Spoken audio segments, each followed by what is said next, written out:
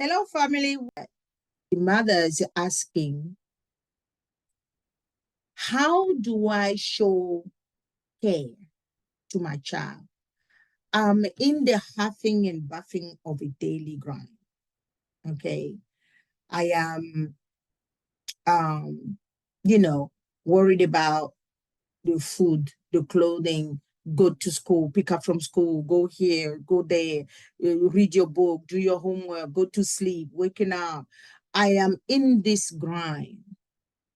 Okay, making sure these natural needs are met. But there is a very profound need that I'm overlooking because of a reaction of my child. How do I make the balance work? How do I do all of this physical stuff and also put as that much or even more energy into the spiritual, psychological, and mental well-being of the child? That I don't just worry about does he have shoe and food and all of that, but is my child happy? Is my child content? Is my child at peace? Is my child worried? Is my child stressed? Is my child depressed? God forbid. Children depression is going higher and higher and higher at a younger and younger, age, because of the way they are bombarded with information these days. And because they have access to the whole wide world at the same time, too early, too fast, and too much. So our children are facing adult issues, grown-up situation, grown-up worry that they have no business having.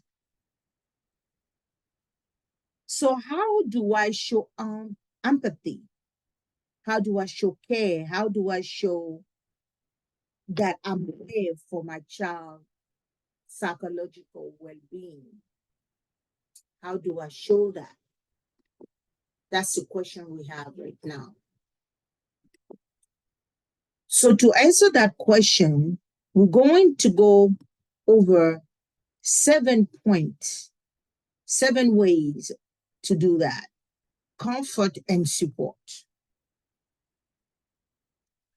To give physical and emotional comfort when your child is upset, a hug, a reassuring touch, or comforting word can help them feel safe and cared for. Let them know that you are there for them and that they are not alone. This is a physical accident. I can call it accident because it's a physical trauma. Okay. In addition to the physical trauma, there are psychological deeper trauma. So the parent should care for that child, physical and mental need first,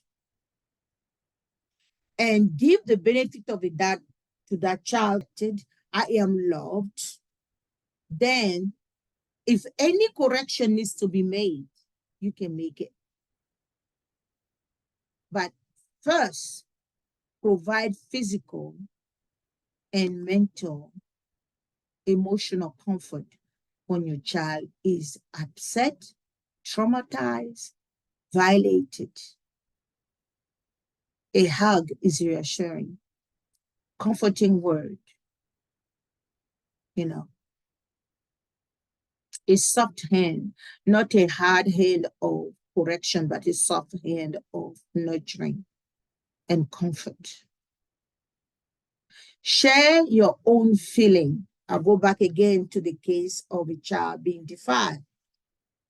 Share your own feeling of being so irate against the perpetrator, so angry against the perpetrator, that you demonstrate that in front of a child, so that the child knows that what happened to her in this case of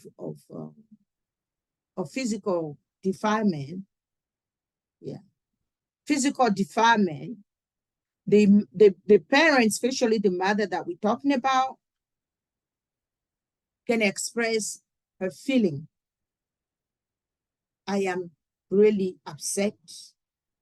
I am so angry. You know, I feel really sad that this happened to you. Or I feel so proud of you that you stood and you fought back. I feel so proud of you that you told the truth. Always encourage a child to tell the truth. Always. Because a child that tells the truth and the truth has been denied to her, the truth has been canceled, the child will not be encouraged to tell the truth again. And you are raising a liar out of fear, out of habit, out of preferences now. You see, you are raising a liar. So we all know that children are pure. We all know that children tell the truth. A child has no business lying. Unless you train that child to lie, a child will always tell the truth. And the way you train a child to lie is to cancel the truth. For instance, when something happened to them, they come in and say, so-and-so did this. Even if it's their own father, even if it is your own brother, give the benefit of the doubt to your child before you defend that grown adult, that grown man, that adult. So the other thing is to be an empathetic, okay? Parent, mother, adult is to mirror your child emotion by reflecting back what they are feeling. Is to tell them, you seem so afraid, you seem so frustrated, you seem so angry, okay? You seem so hurt. That will make them feel like you are in agreement with what they're feeling. You're reflecting the emotion. Ask open-ended question. Ask open-ended question. That will encourage them to talk more.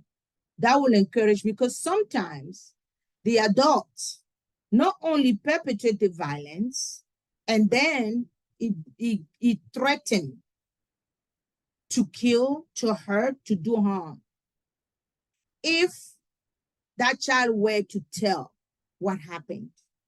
So now you have a child that has been attacked twice or defiled twice. Okay, the action happened, and then the child is living with the threat, a threat, and fear. So by comforting, creating a safe environment, and asking open-ended questions, the child will feel secure, safe enough to now start talking.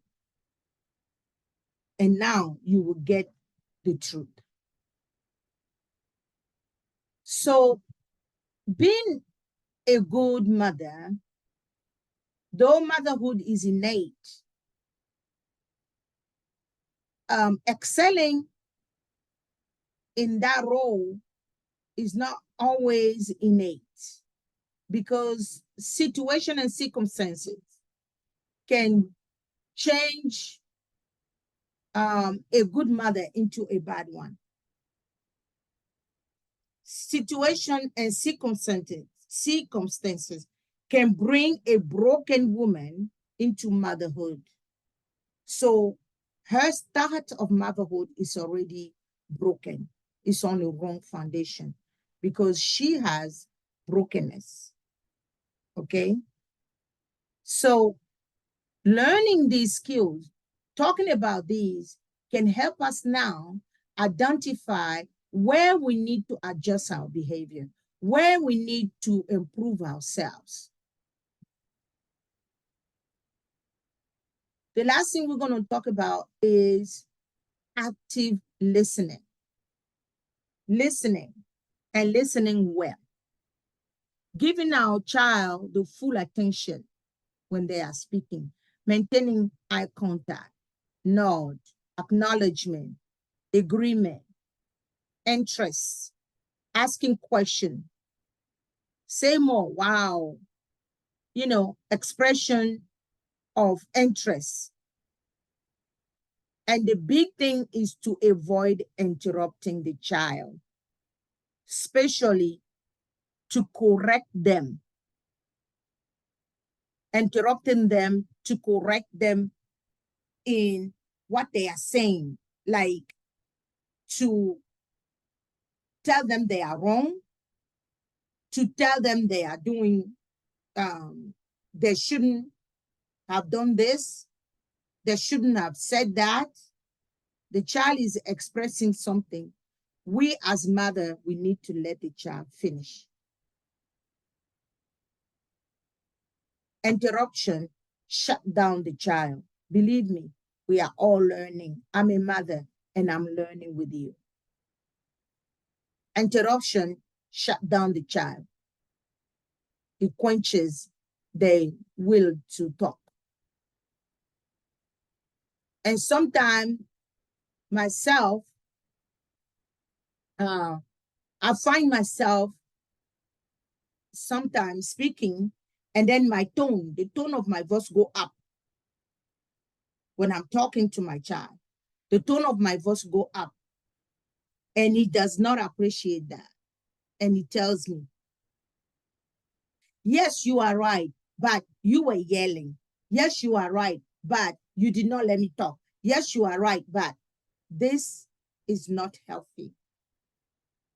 We can be right, but we can communicate wrongly. So tonight, all mothers, me first, let us improve our relationship with our children by being more empathetic, by being more supportive, by being an active listener, by being a comforter and a great what? Ally to our child, to our children. Thank you for connecting. Again, Q&A with Mami Seka. We speak about things, we answer questions, but by doing that, we are learning and improving ourselves. So again, remember, you are an amazing woman. Thank you for connecting. Until next time, shalom.